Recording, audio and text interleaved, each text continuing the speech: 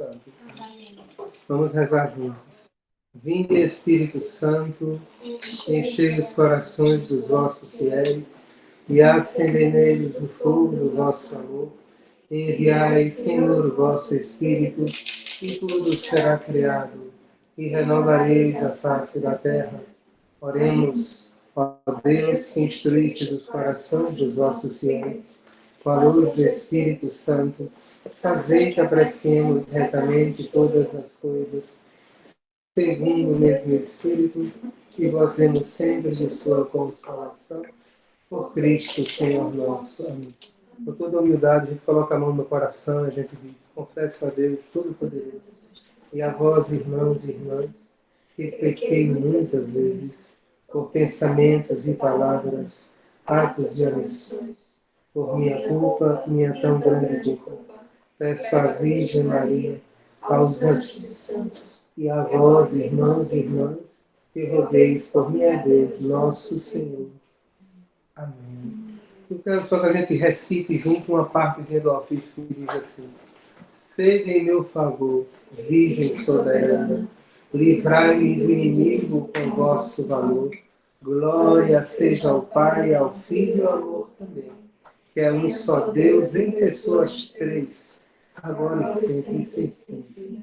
Continuamos aqui unidos e reunidos em nome do Pai, do Filho e do Espírito Santo. Paz e alegria para todos. Paz e alegria. E aqui tem um coro, hein? Então a gente vai retomar agora a nossa leitura. Lembrando que nós estamos lendo a primeira parte do Evangelho de Marcos. E a gente pode perceber, eu quero dizer para vocês, semana passada a gente disse algo sobre a comunidade de Marcos.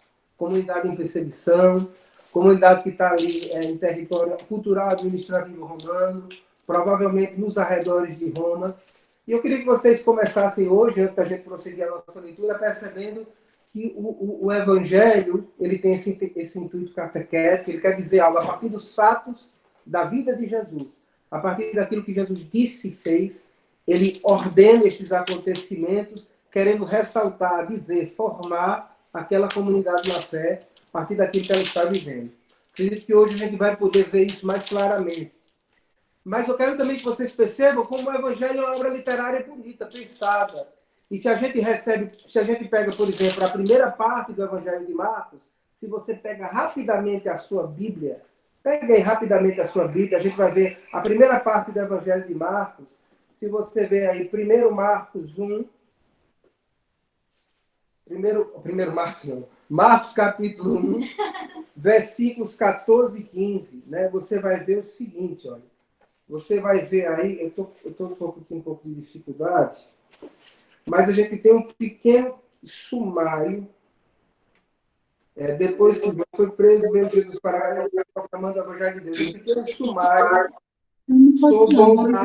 sobre a atividade de Jesus. Um pequeno sumário sobre a atividade de Jesus. Logo em seguida, do capítulo 1, versículo 16 ao 20, a gente vai ter alguma narrativa que diz respeito aos discípulos. Vocês confirmam que logo em seguida, 16 ao 20, nós vemos a vocação dos discípulos.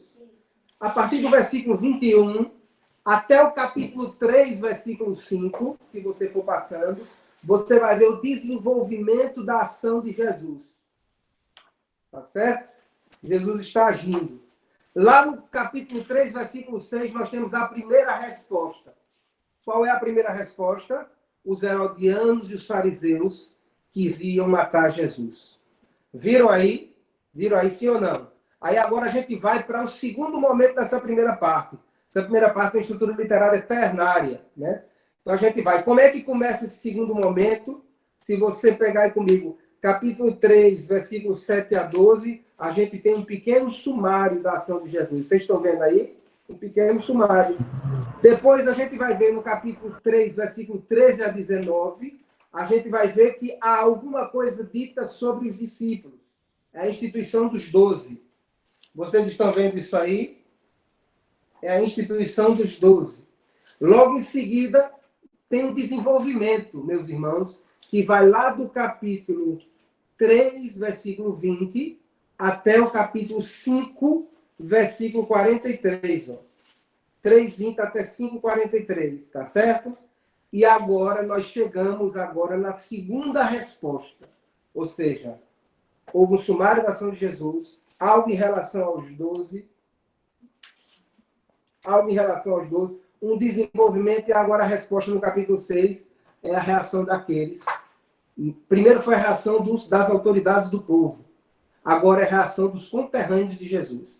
E a gente vai ver agora qual é a resposta. E depois vocês vão ver como a mesma coisa, a mesma estrutura vai. Tem um sumário, né?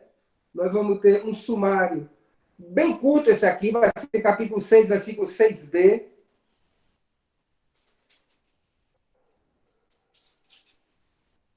Ele percorria todas as circunvizinhanças. Depois continua do capítulo 7, do versículo 7 ao 13, com algo sobre os 12. Do capítulo 6, 14 a 8, 2, nós vamos ter aí, até o capítulo 8, todo o desenvolvimento da ação de Jesus. E lá no capítulo 8, 27 a 30, a gente encerra a primeira parte do Evangelho com a última grande resposta. E essa resposta agora nem é das autoridades, nem dos conterrâneos. Agora a resposta dos discípulos. E aí, será que os discípulos compreenderam? Né? Então a gente já viu a primeira resposta das autoridades, querem matar Jesus. E a gente começa o capítulo 6 agora. Qual é a resposta dos conterrâneos de Jesus? Aquela ação que nós vimos nestes dias. Aquelas palavras sábias de Jesus e as ações poderosas de Jesus. Então a gente vai começar lendo isso aí. Começamos com o capítulo 6. Saindo dali, Jesus foi para a sua pátria. E os seus discípulos o seguiram. Vindo o sábado, começou a ensinar na sinagoga, e numerosos ouvintes ficaram admirados, dizendo: de onde lhe vem tudo isto? Que sabedoria é esta que lhe foi dada? Como se fazem tais milagres por suas mãos? Não é este o carpinteiro, o filho de Maria, o irmão de Tiago, José, Judas e Simão? Suas irmãs não estão aqui entre nós? Estavam chocados por sua causa. Chocados. E Jesus lhes dizia: um profeta só é desprezado em sua pátria, em sua parentela e em sua casa. E não podia realizar ali algum milagre, a não ser algumas curas de enfermos, impondo-lhes as mãos. E admirou-se da incredulidade deles. Palavra da salvação. Então, o que dizer sobre esse texto? Primeira coisa que eu quero que a gente possa perceber, imagino que é uma coisa importante, veja, as pessoas que conviviam com Jesus, elas se impressionavam das ações poderosas que ele fazia e se impressionavam da sabedoria de Jesus. E embora elas constatassem estas duas coisas, elas não conseguiam tirar todas as conclusões daí decorrentes. Mas por que elas não faziam isso? Qual a razão? Qual era a estrutura mental que obstaculava esse povo que até percebe a ação de Deus, esse povo que até percebe a sabedoria de Jesus, mas não é capaz de tirar? Fica chocado, fica impressionado, mas não tira daí todas as consequências. É como que há uma trava, uma sombra no coração, uma porta fechada na mente e na compreensão, que não lhes permitia tirar todas as conclusões. E em relação a este povo que aqui está, a gente pode dizer o seguinte, que a compreensão de como o Messias viria. De onde é que o Messias vem? Havia versões contraditórias. Uns não sabiam, ninguém sabe de onde ele vai vir. Você vai encontrar em João 7, João 9. Outros diziam, não, todos sabem de onde ele virá, vai vir lá de Belém, da descendência de Davi. Outra coisa, de onde vai vir o Messias? Da descendência de Davi. Alguém que vem de maneira triunfal, politicamente soberana, revestido de poder. Então, essa pessoa simples, em Nazaré, uma cidadezinha tão simples, Nazaré, Natanael diz assim, quando sabe, Jesus vem, é um Jesus lá de Nazaré. O que é que Natanael responde? Pode vir coisa boa de Nazaré? Então, da Galileia, ali do norte, não é nem da capital de Jerusalém, que ficava mais ao sul. Então, essas estruturas mentais, essas coisas forjadas, esse coração fechado, que acha que Deus só pode agir desse modo, que acha que Deus só pode agir assim, que impedia este povo de reconhecer em Jesus o Messias de Deus. E isso aqui, meus irmãos, é uma coisa muito forte, porque muitas vezes nós também trazemos essas estruturas na nossa vida. Às vezes nós escutamos o Evangelho ano a ano, mês a mês, e sempre permanecemos, às vezes, com uma sombra no coração, talvez até com uma dúvida. Falta aquele compromisso com a verdade, de buscar mais profundamente, de romper aquelas estruturas que nos mantêm como que desconfiados da identidade de Jesus Cristo. Desconfiados. Ilegitimamente desconfiados. Apesar de tudo que nós temos visto. Sobretudo, nós que estamos tão perto dele. Que testemunhamos. Às vezes, talvez, por não querer se comprometer com Jesus. Então, meus irmãos, olha, aqui a gente já tem algo. Eu já peço que você bote a mão no coração e diga, meu Jesus, quais são as estruturas da minha vida? Quais são as estruturas da minha vida? As coisas que eu aprendi. As coisas que eu ouvi. As coisas que eu ouvi. Coisas erradas. Coisas erradas. Sobre a igreja. Sobre o Papa. Sobre os santos. Sobre a Eucaristia. Que me impedem de acolher. De reconhecer em ti o Messias de Deus e de te acolher totalmente em minha vida, com as portas escancaradas, com as portas abertas. Vem em meu auxílio, Senhor, e ajude a não me comprometer mais com estas coisas. Me ajude a me comprometer com a verdade, Senhor. Ainda que ela incomode. Ainda que ela balance as estruturas. Obrigado, Senhor. Porque Tu és o Senhor. Abre o meu coração para te dar uma resposta eficaz, Senhor. E aqui, irmãos, é muito forte isso aqui. Também quero dizer uma outra coisa. Nosso tempo é um tempo sempre assim, kairos, né? E nesse tempo kairos eu queria dizer assim, olha, aqui nós temos outra coisa. Eu disse para vocês, falando dos milagres, muitas coisas, quase, se nós tirarmos a morte e a ressurreição, os teólogos dizem, né? 83% do Evangelho de Marcos dizia, né? É feito de ações poderosas de Jesus. Não é uma coisa por acaso, é uma coisa que é central. E aí diz, até os inimigos de Jesus reconhecem estas ações poderosas. Porque nunca aparece no Evangelho que eles negam, eles atribuem outra coisa. Até fora do Evangelho, as fontes extra-bíblicas, aparece esse reconhecimento. E aqui nós temos outro elemento aqui, que é que, a despeito dos milagres e das ações poderosas, alguns não creem. Sabe, sob o ponto de vista apologético, ou seja, de defesa da fé, a gente pode dizer, olha, se alguém que... Permita-me falar deste modo, para fazer crescer a fé. Se alguém fosse inventar milagre, ele nunca ia inventar para dizer que, a despeito dos milagres, ninguém acreditou. Ele ia inventar para dizer, fazer um milagre, todo mundo acreditou. Então é muito forte isso, dizer que há situações onde a missão de Jesus aparece, entre aspas, fracassada, a despeito dos milagres que ele fazia. Vocês entendem isso aqui? Ai de ti, Cafarnaum, ai de ti, Betsaida, porque se tivesse sido feito em Tiro e Sidônia os milagres que foram feitos em teu meio, eles teriam se convertido. Então, veja só, as ações poderosas que nós experimentamos na vida. Então, estão ali no Evangelho não como uma coisa por acaso.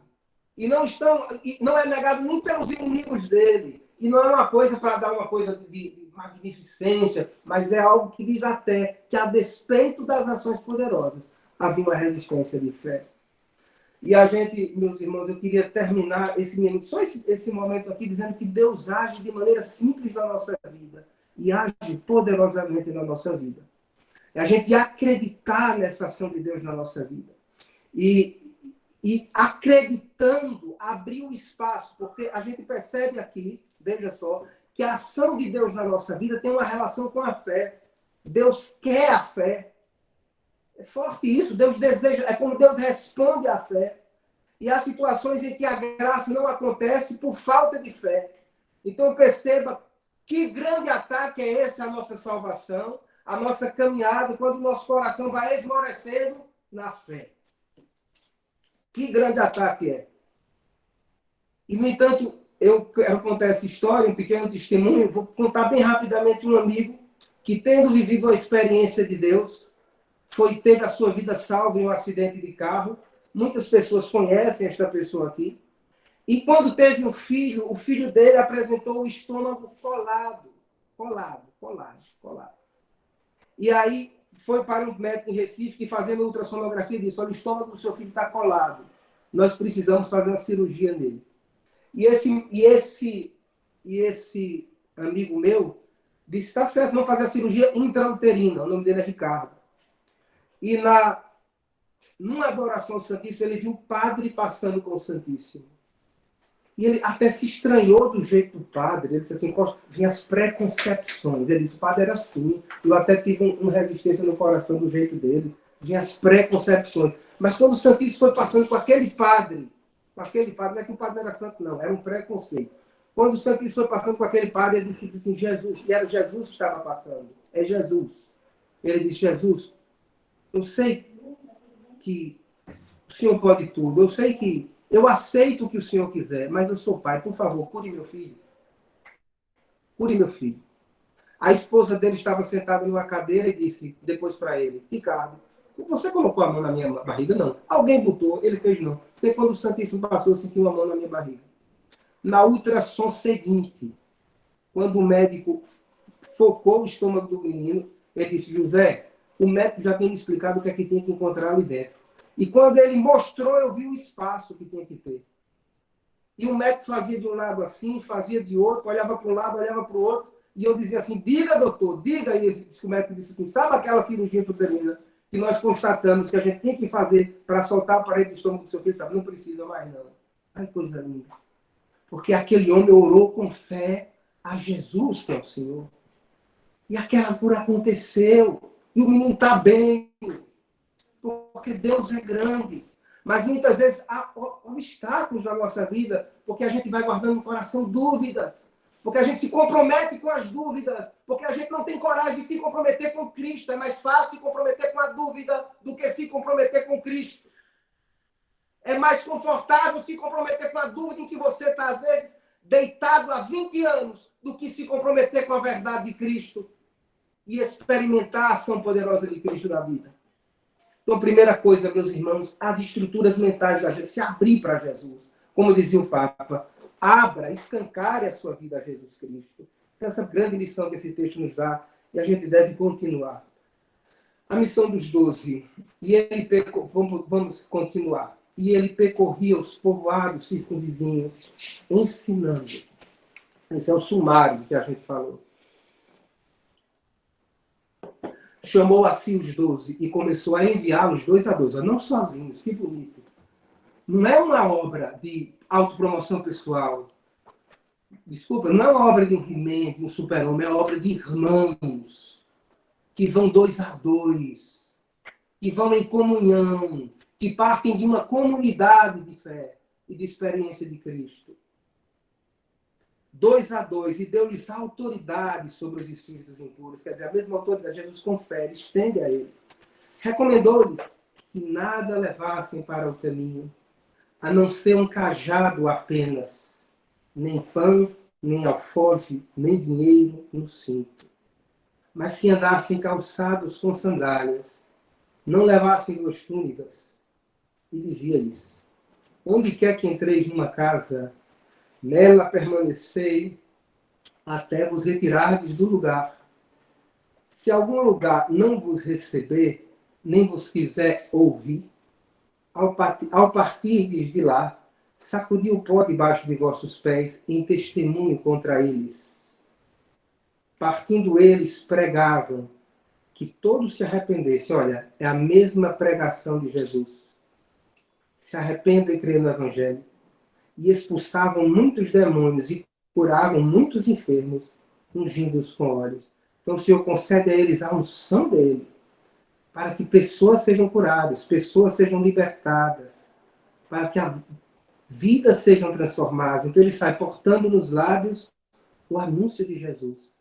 E com a unção, com o Espírito Santo de Jesus, vamos dizer assim, o Espírito de Cristo.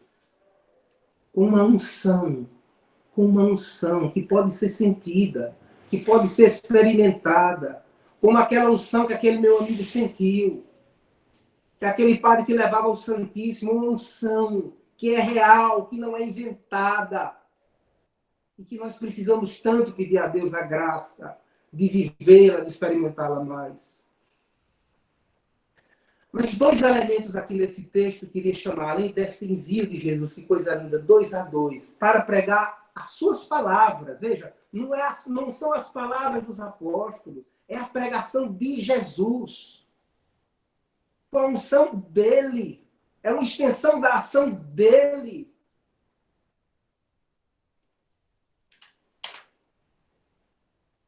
E aí, continua esse texto, 2 coisas. Primeiro, não levar nada. O que é que isso quer dizer? Não levar nada. Não leve nada. Não leve cajado, não leve pão, não leve alforje, não leve dinheiro no cinto.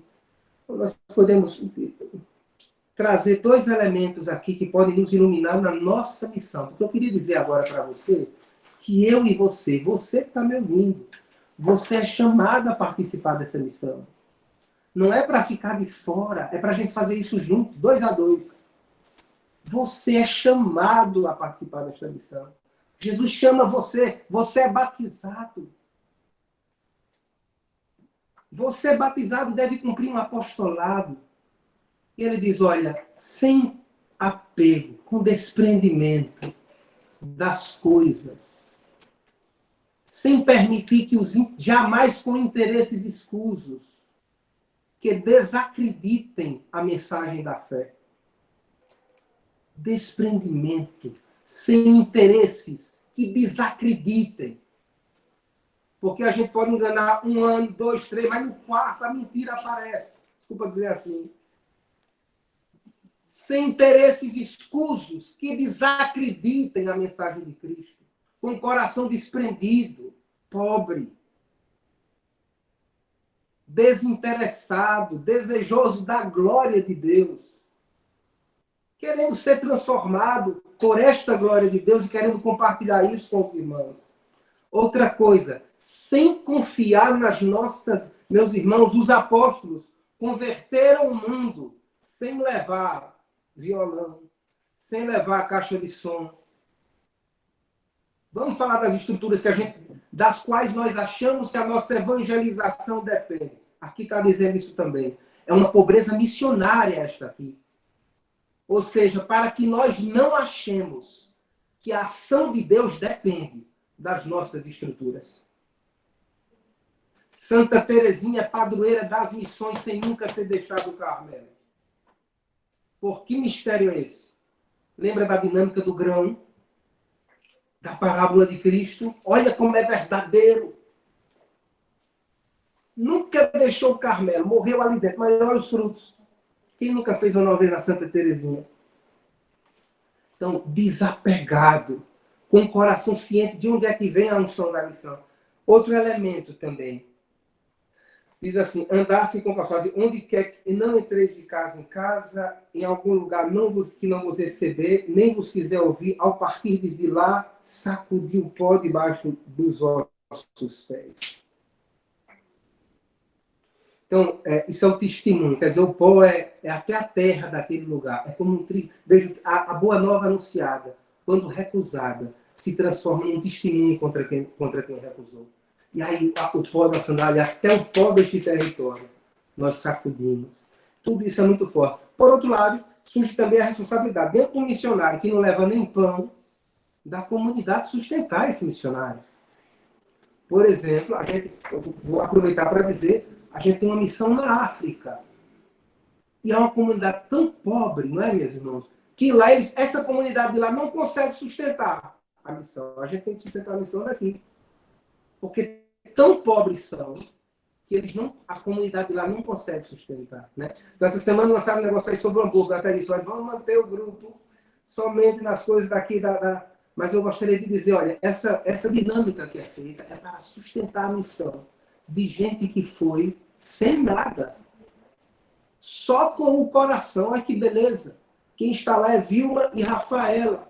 Só com o coração para anunciar o Evangelho, ensinando português, nas pastorais, com os pobres, só com o coração e a vida. Então surge também essa TV da comunidade, né? Diante do missionário que se dá assim deste modo, ele suscita a solidariedade da comunidade. A comunidade tem também este dever. Então acho que nós podemos caminhar, e é bonito ver isso, esses dois elementos, desprendimento. Segundo, a responsabilidade da comunidade diante desse desprendimento de sustentar a missão. E aí continuamos a leitura. O rei Herodes ouviu falar dele, de Jesus. Com efeito, seu nome se tornara célebre e diziam.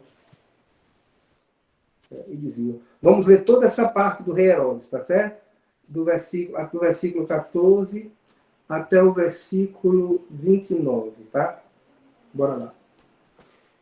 O rei Herodes ouviu falar dele. Com efeito, seu nome se tornara célebre e diziam: João Batista foi ressuscitado dos mortos e por isso os poderes operam através dele.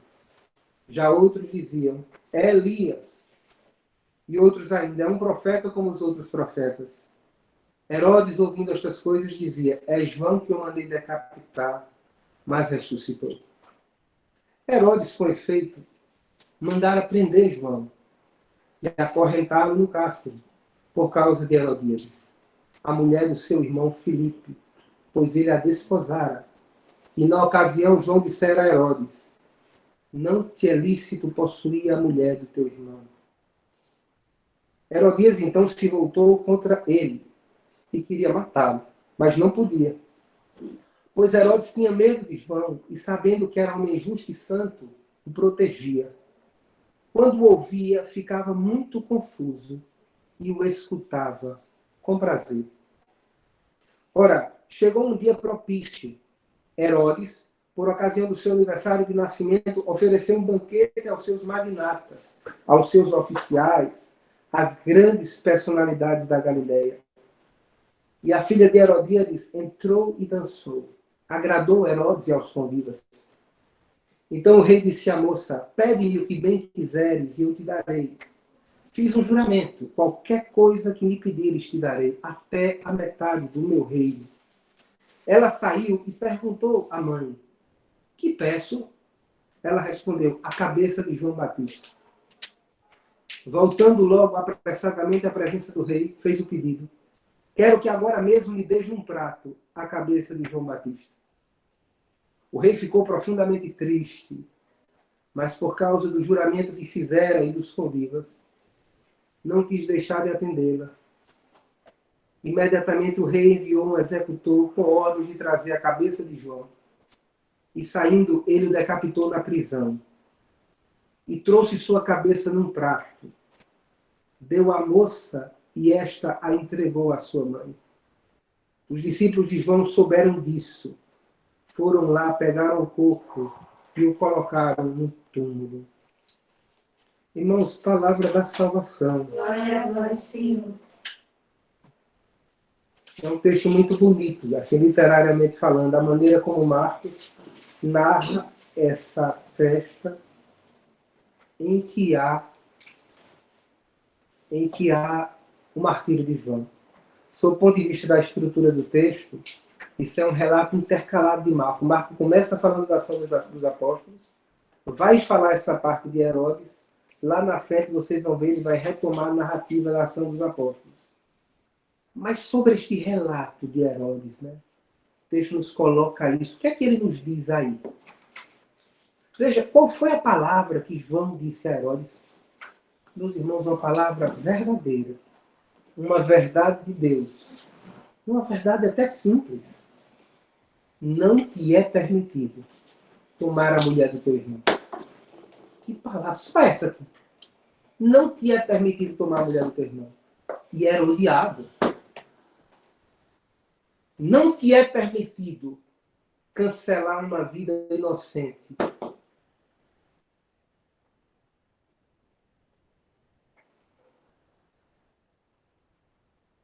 Não te é permitido desrespeitar a sabedoria que Deus inscreveu na criação.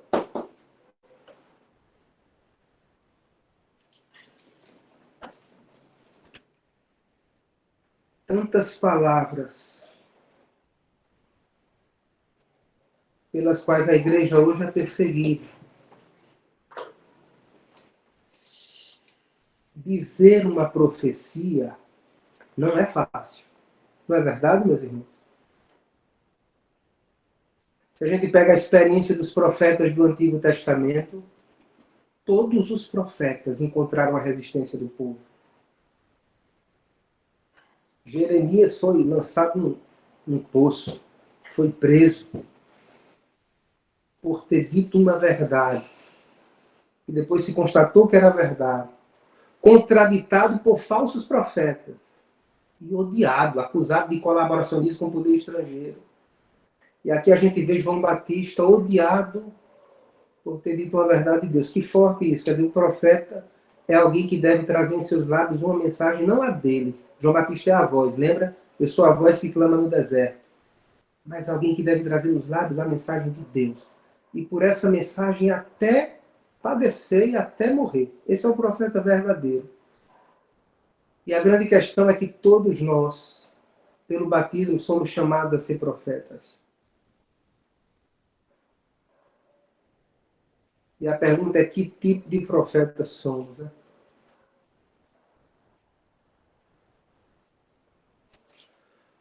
Que coragem a gente tem de testemunhar a palavra de Deus, o amor de Deus, a caridade de Deus.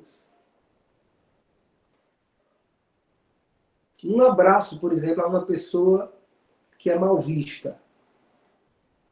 Porque os profetas falavam não só por palavras, mas também por gestos simbólicos. Jesus faz muito isso. Jeremias fazia muito. João fez. Botou o povo para passar na água e batizava, né? Na entrada do deserto, passando pelo Jordão, nós vimos isso. É como chegar de novo na Terra Prometida, a reconstrução do povo. Para a vinda daquele que continuaria a obra de Moisés. Moisés parou ali antes do Jordão. Ele pega do Jordão, batiza o povo para entregar para Jesus. Né? É um ato simbólico profundo, mas também de conversão, de penitência. Mas veja, quando a igreja diz o Espírito Santo fala pelos profetas, ela não está dizendo só que falou no passado, ela está dizendo que fala hoje.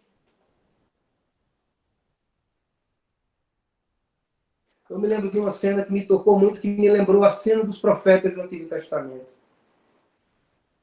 Vocês sabem que lá em Jerusalém tem um muro das lamentações, onde os judeus vão lá chorar as suas dores, pedir a Deus a restauração de Jerusalém, a restauração do esplendor da adoração a Deus. Aí, é um povo que sofreu muito mesmo. Eles colocam a mão no muro e rezam.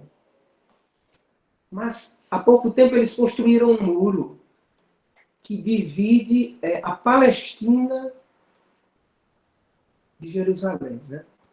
E assim, e para quem esteve em missão lá, e a comunidade esteve em missão lá, ou seja, não é uma coisa que a gente vê só pelo jornal, estivemos lá, eu estive lá, inclusive numa cidade cristã chamada Taibe, a gente via como os palestinos ainda esteve lá, como havia um sofrimento no coração dos palestinos, pelos limites de circulação no território.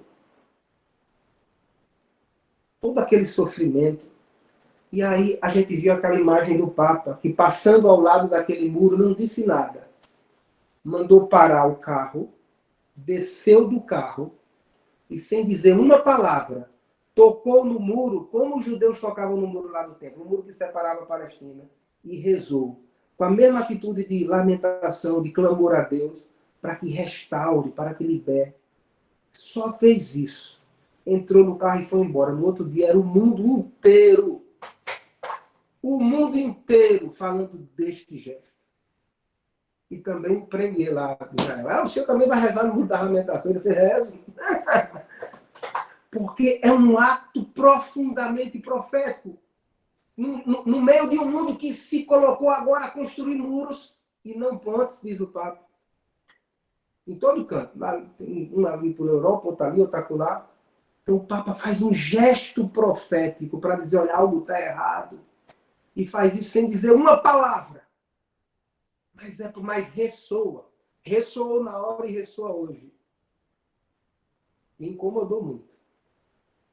Talvez alguém quisesse também, quem sabe, né, fazer como fizeram com João Batista, né? O Papa é tão atacado, né? De fato. Então, meus irmãos, essa unção profética de João que incomoda e que leva à entrega, portanto, da sua vida. Lembrando a palavra do profeta Miqueias, capítulo 3, versículo 3. A vida do povo, a vida dos pobres é servida no banquete dos chefes. Essa cabeça de João numa bandeja. E a gente vê no meio de tanta banalidade, o maior dos profetas tem a sua vida tomada. Isso também é um anúncio daquilo que vai acontecer com Jesus. Quer dizer, se João aconteceu isso, o que é que aguarda Jesus? O que é que aguarda Jesus? Então, tanto nos fala essa palavra. E a gente deve ir para frente.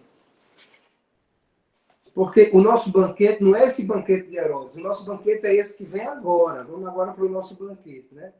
E a gente vai retomar agora aquele texto. Os apóstolos saíram, agora eles estão voltando. Olha a narrativa intercalada de Marcos.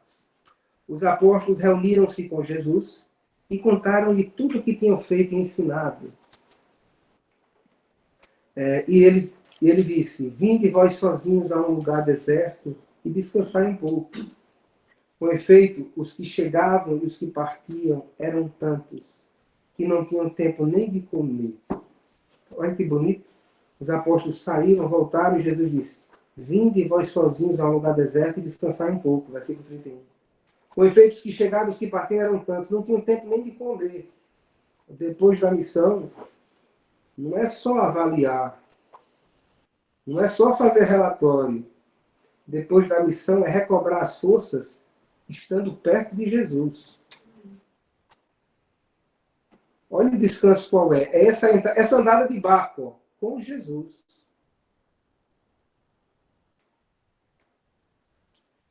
Olha o que recompõe as nossas forças. A gente erra muitas vezes, porque nós precisamos fazer essa experiência a fundo e ver como ela funciona, como ela é forte, como ela reconstrói, como ela é poderosa, como você vai sair não morto de cansado, mas com desejo de fazer de novo.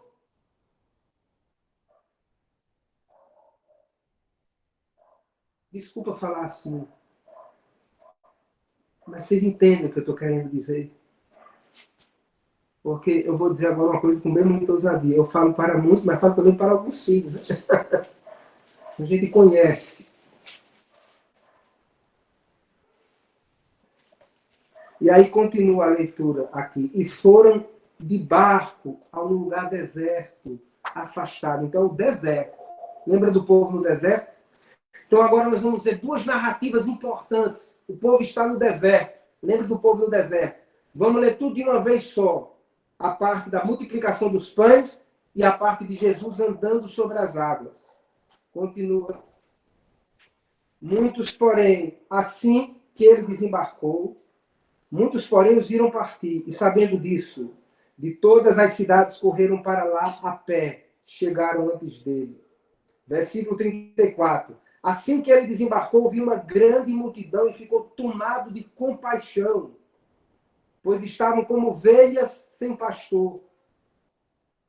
E começou a ensinar-lhes muitas coisas. Sendo a hora já muito avançada, os discípulos aproximaram-se dele e disseram, o lugar é deserto, a hora é muito avançada, despede-os para que vão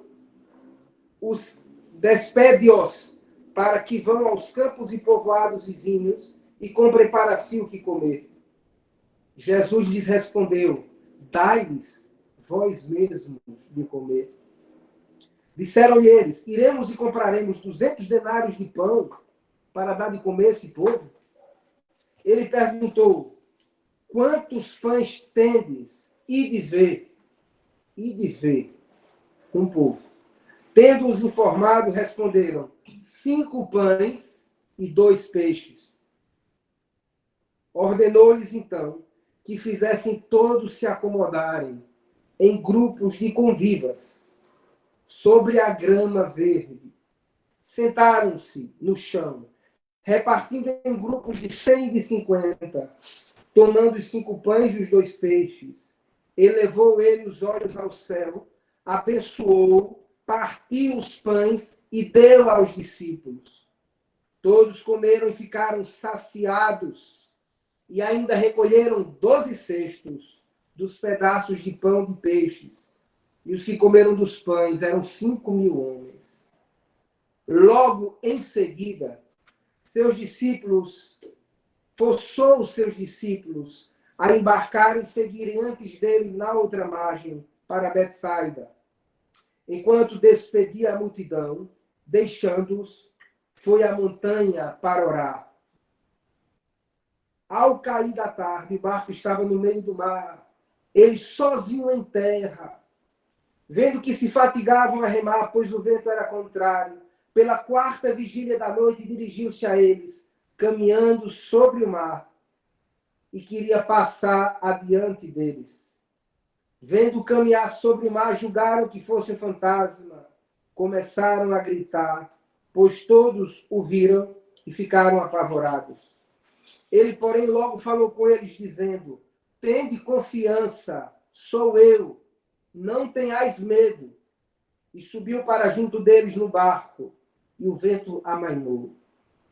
Eles, porém, no seu íntimo estavam cheios de espanto, pois não tinham entendido nada a respeito dos pães, mas seu coração estava endurecido.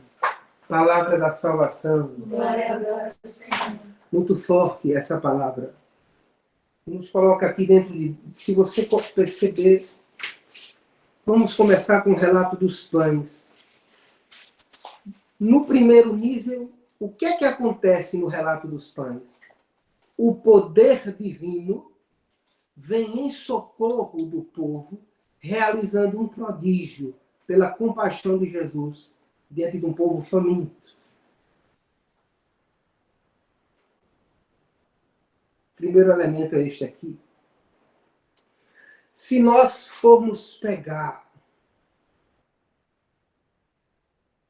poder divino, se nós formos pegar os precedentes do Antigo Testamento, para que a gente entenda o que este ato de Jesus quer manifestar para o povo, nós precisamos lembrar pelo menos de um. O povo está no deserto. O que é que Deus fez com o povo no deserto sem comida? Deu o quê? O maná. Então, alimentar o povo no deserto foi um ato de Deus no início da história do povo. Se a gente pega o precedente. Se a gente olha para a dimensão da comunidade que está lendo esse texto, esse gesto aqui, tomou o pão, abençoou, partiu e repartiu. Lembra o que para vocês? A Santa Ceia, a Eucaristia. Então, a comunidade que está lendo reconhece nisso imediatamente, a celebração eucarística. Então, essa ação de Jesus, que retoma as ações do Antigo Testamento de Deus, é também a antecipação do banquete da Eucaristia. A antecipação da superabundância de um alimento espiritual que sustentará a vida de um novo povo. E por isso 12 cestos, que são as 12 tribos de Israel. Então, um novo povo.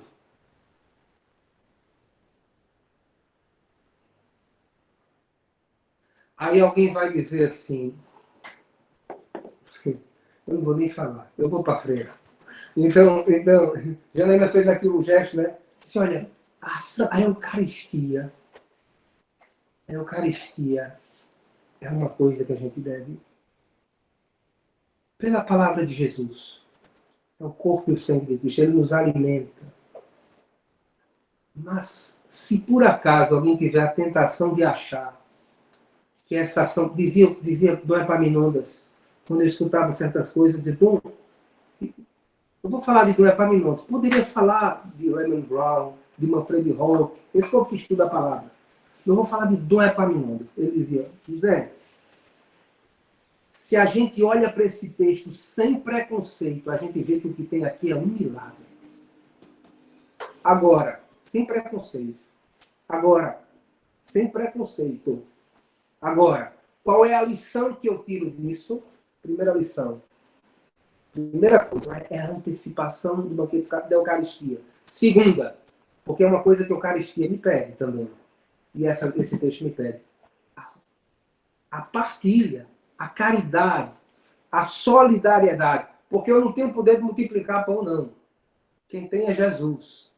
Mas isso não quer dizer que eu vou negar que ele fez isso. Mas isso me convida a ter uma... E a gente viver a experiência também da providência de Deus. Essa comunidade, graças a Deus, durante o período da pandemia, nós distribuímos aproximadamente 15 toneladas de comida, não foi isso? Com os pobres desta região. Até mais, a gente não sabe nem onde é que veio o dinheiro, meus irmãos. A gente se dispôs e o povo foi ajudando. Era uma coisa que dava mais do que a gente gastava por mês, mas Deus providenciou. Porque Deus está nessa ação. Deus está aí. O Senhor está aí. E eu pensei até em falar de milagre eucarístico, para a gente saber que nada é impossível para Deus, mas isso vocês já sabem. Se quiser, vocês vão olhar lá, tá certo? Mas a gente tem uma outra narração aí, que também retoma um ato de Deus do Antigo Testamento. Porque quem é que abriu o mar? Deus. Então, o evento extraordinário que é narrado em todos os evangelhos, composto destas duas coisas, a multiplicação dos pães e Jesus que anda sobre as águas. É um fato, não entra não. Não é uma coisa que a nossa cabeça, é um fato miraculoso. Esses dois, a multiplicação dos pães e Jesus anda sobre as águas. Mas por que esse evento extraordinário? Qual o sentido dele, Senhor? O que o Senhor quer nos dizer? A gente pode dizer que a própria palavra de Jesus diz qual o sentido deste evento extraordinário, poderoso, prodigioso, como é, por exemplo, em nosso tempo. Tantas coisas que nós podemos constatar, mas vamos ficar aqui agora e dizer, olha, essa palavra de Jesus, não tenha medo, sou eu.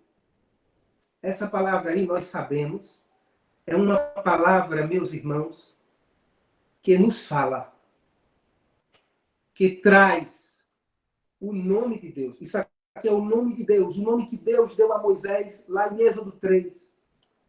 Como é teu nome, Senhor? Eu vou dizer que teu nome é qual? Eu sou aquele que sou. Então, Jesus andando sobre as águas, fazendo o vento amanhã, esse poder sobre o mar, já disse a vocês, na Bíblia é próprio de Deus, ele diz, não tenha medo, sou eu.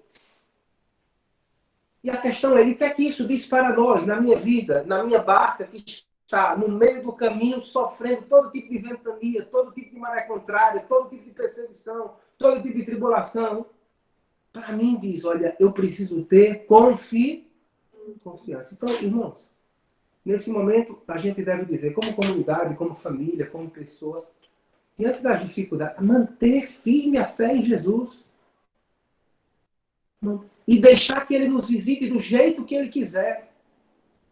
Porque, por vezes, nós não reconhecemos a ação de Deus na nossa vida e, como discípulos, achamos que é um fantasma. Justamente aquilo que Deus está fazendo. Por exemplo, quando o Senhor começa a purificar a gente, quando o Senhor começa a formar o nosso coração, a gente acha que é um fantasma. Mas o que é isso? Não tenha medo, sou eu.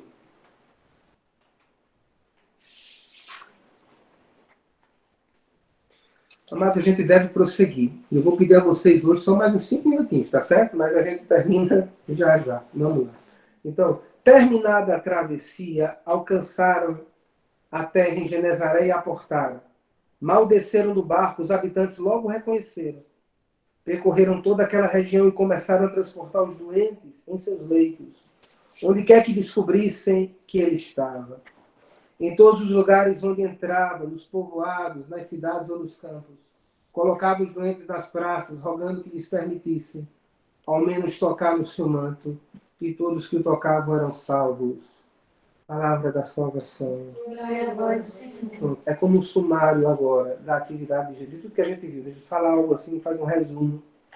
A gente pode terminar esse momento dizendo assim, Senhor Jesus, Senhor Jesus, vem em nosso auxílio, vem em nosso auxílio, aumenta a nossa fé, aumenta a nossa fé, dá-nos reconhecer dá-nos a reconhecer atuação em nossa vida. a atuação em nossa vida, Dá-nos, Senhor, procurar-te, dá-nos, Senhor, procurar, dá-nos amar-te, dá-nos amar, dá-nos tocar na orla do teu manto. dá-nos tocar na obra do teu Mais do que isso, mais do que dá-nos isso, comungar o teu corpo e o teu sangue, dá-nos comungar o teu corpo e o teu com o sangue, coração repleto de fé com o coração repleto de fé, e ter uma vida transformada, Senhor, ter uma vida transformada pelo seu amor, pelo pelo teu. seu amor. Amém. Amém. Então vamos aqui pegar agora o capítulo 7. Hoje eu acho que eu conversei um pouquinho mais do que eu tinha imaginado que eu conversaria. Mas vamos lá, vamos ler aqui o capítulo 7 inteiro agora. A gente vai ler em 5 minutos, tá certo? Em 7 minutos o capítulo inteiro. Quando terminar, eu vou falar 3 minutos sobre uma coisa e 3 sobre outra. A gente termina com oração. Então 7 com 3 dá 10. A gente vai terminar 22 e 10. Vamos terminar, tá? Então vamos lá. Pegar as coisas aqui. Vamos juntos, né? Se não der, a gente deixa para a próxima semana. Eu também tenho pensado uma coisa, talvez a gente fale sobre isso hoje.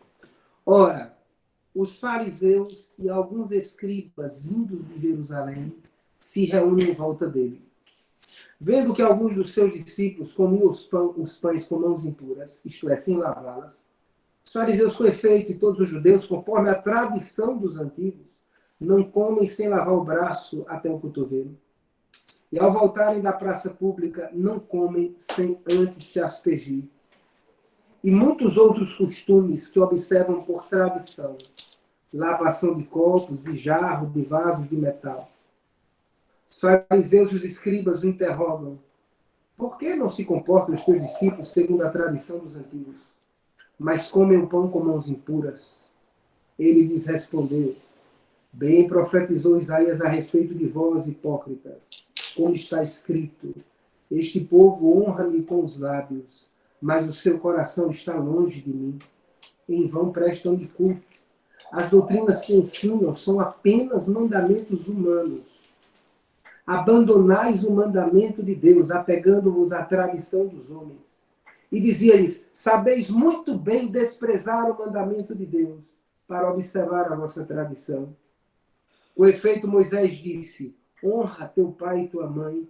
Aquele que amaldiçoar pai e mãe certamente deve morrer. Vós, porém, dizeis, se alguém disser a seu pai ou a sua mãe, os bens que eu poderia te dar, te ajudar, são corbã, isto é, oferta sagrada, vós não o deixareis fazer mais nada por seu pai ou sua mãe. Assim, invalidais a palavra de Deus pela tradição que transmitistes. E fazeis muitas coisas desse gênero. E chamando de novo para junto de si a multidão, disse-lhes, ouvi todos e entendei, nada há no exterior do homem que penetrando nele o possa tornar impuro, mas o que sai do homem, isso é o que o torna impuro. Se alguém tem ouvidos para ouvir, ouça. E quando, ao deixar a multidão, entrou em casa, seus discípulos o interrogaram sobre a parábola. E ele disse-lhes então, entrando no homem, então, vós nem tendes, desculpe, voltando. E ele disse-lhes, então, nem vós tendes inteligência? Não entendeis que tudo que vem de fora, entrando no homem, não pode torná-lo impuro? Porque nada disso entra no coração, mas no ventre, e sai para a fossa. Ele dizia, o que sai do homem é isso que o torna impuro.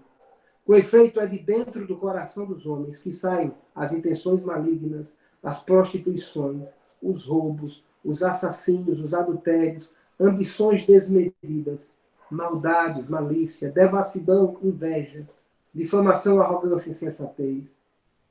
Todas essas coisas más saem de dentro do homem e o tornam impuro.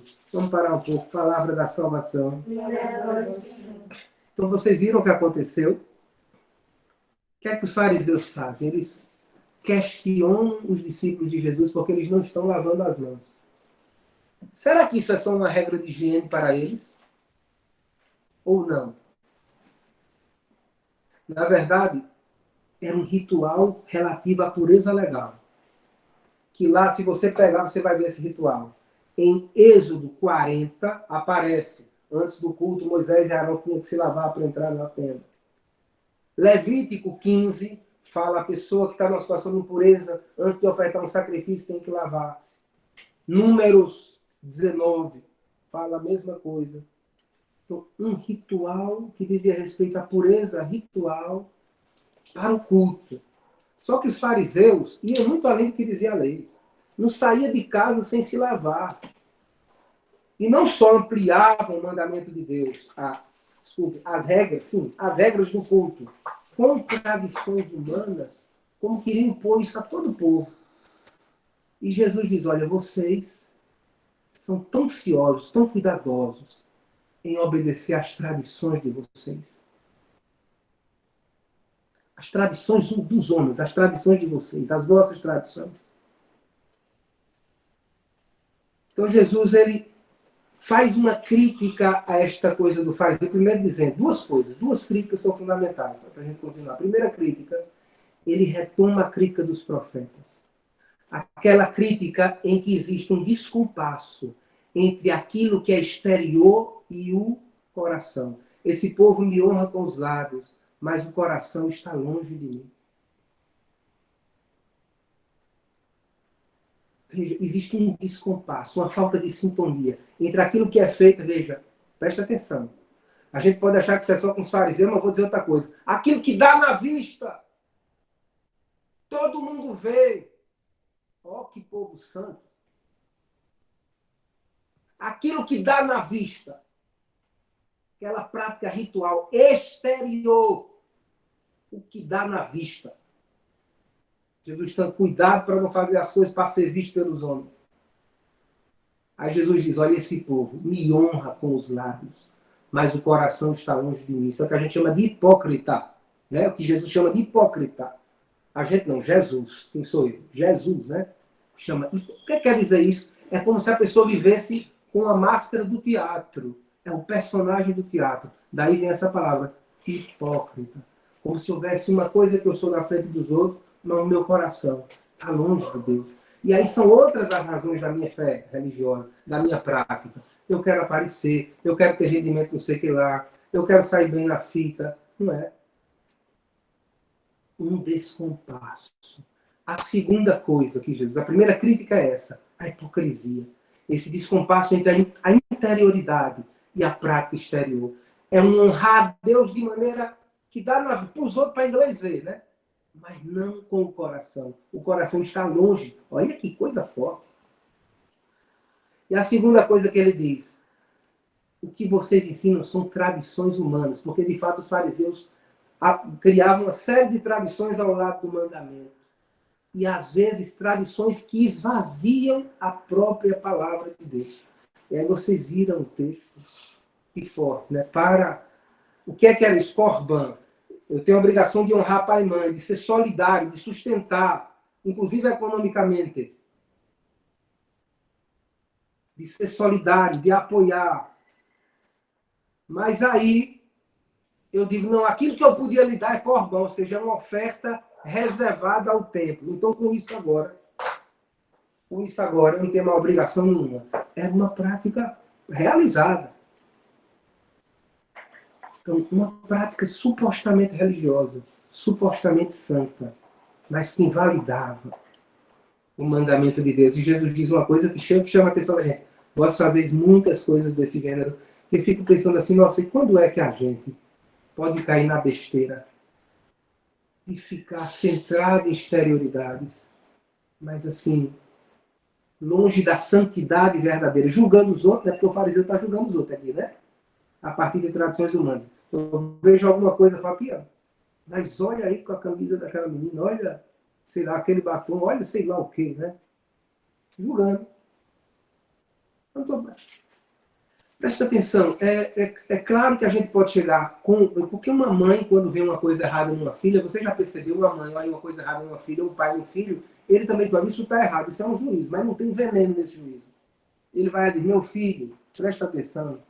Você percebe a diferença? Não tem veneno.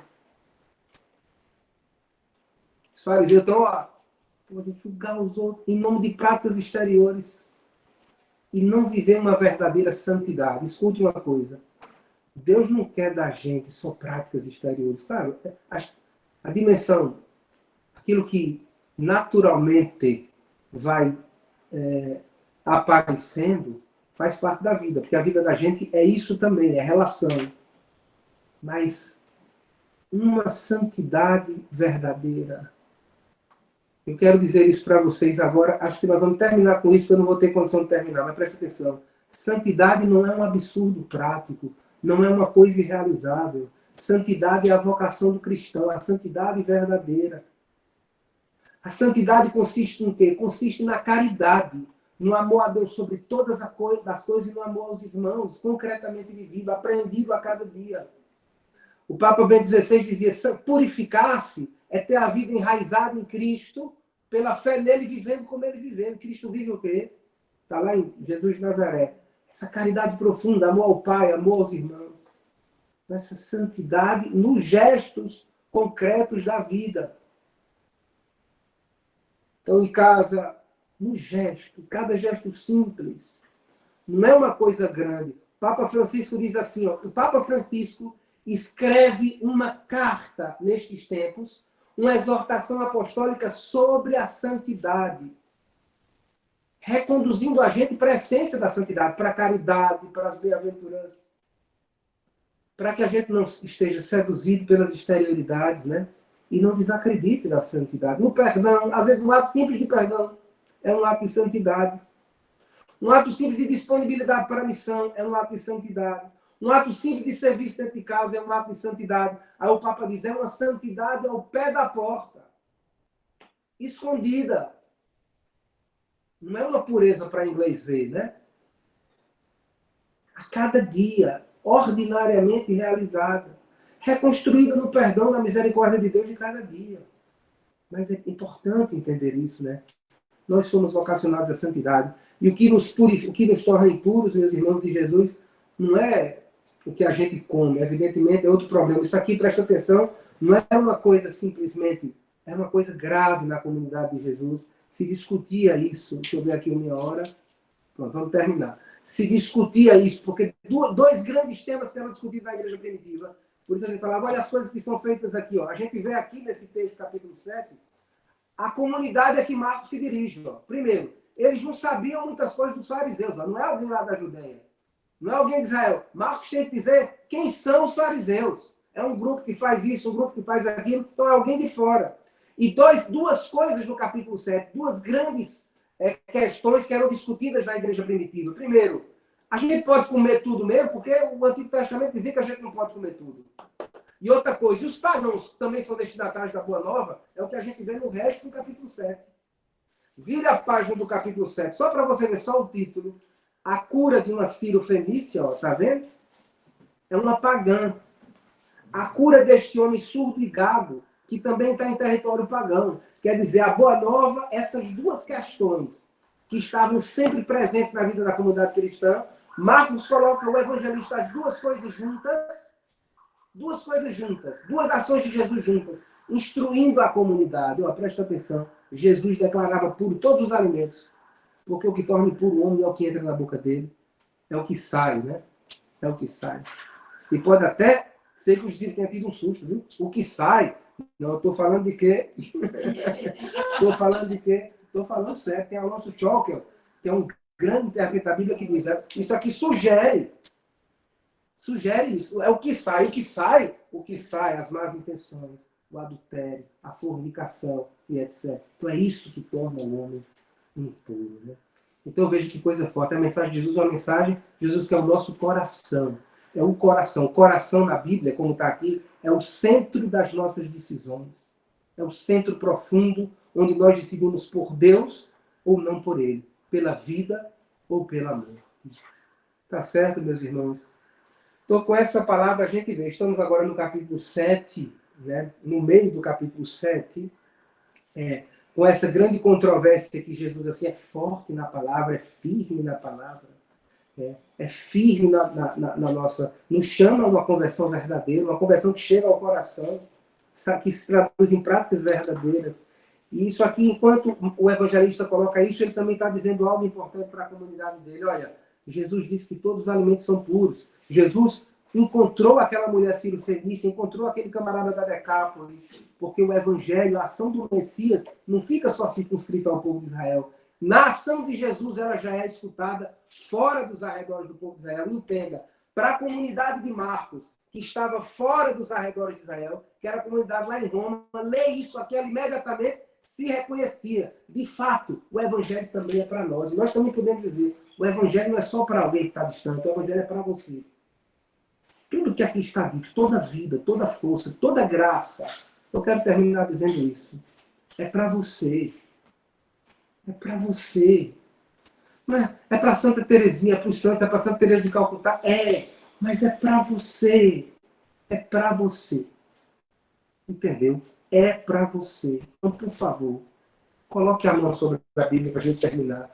Dizendo assim, Senhor Jesus, eu reconheço que a Escritura, que o Evangelho é uma mensagem de vida para mim, que me liberta, que me salva, que me cura. Senhor Jesus, eu quero renunciar agora qualquer mensagem, qualquer pré-compreensão, qualquer coisa que eu tenha recebido, quaisquer coisas que eu tenha recebido, que sejam tradições humanas, que se contraponham ao teu Evangelho. Eu quero receber, Jesus, a tua palavra, o teu Evangelho, integralmente em meu coração.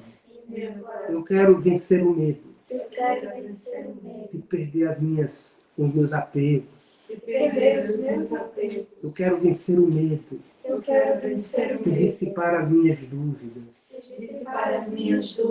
Eu quero vencer o apego a doutrinas não cristãs, ao espiritismo, ou a qualquer outra.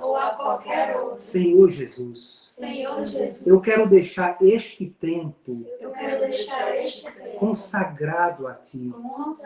Eu quero estar inteiramente voltado a Ti no tempo desta leitura bíblica. Me liberta, Jesus, de tudo que dissipa a minha atenção, de tudo que disputa o meu coração. Fortalece, Senhor, o meu vínculo profundo contigo, a minha obediência a Ti. Amém. Pai nosso que estás no céu, santificado seja o vosso nome. Venha a nós o vosso reino.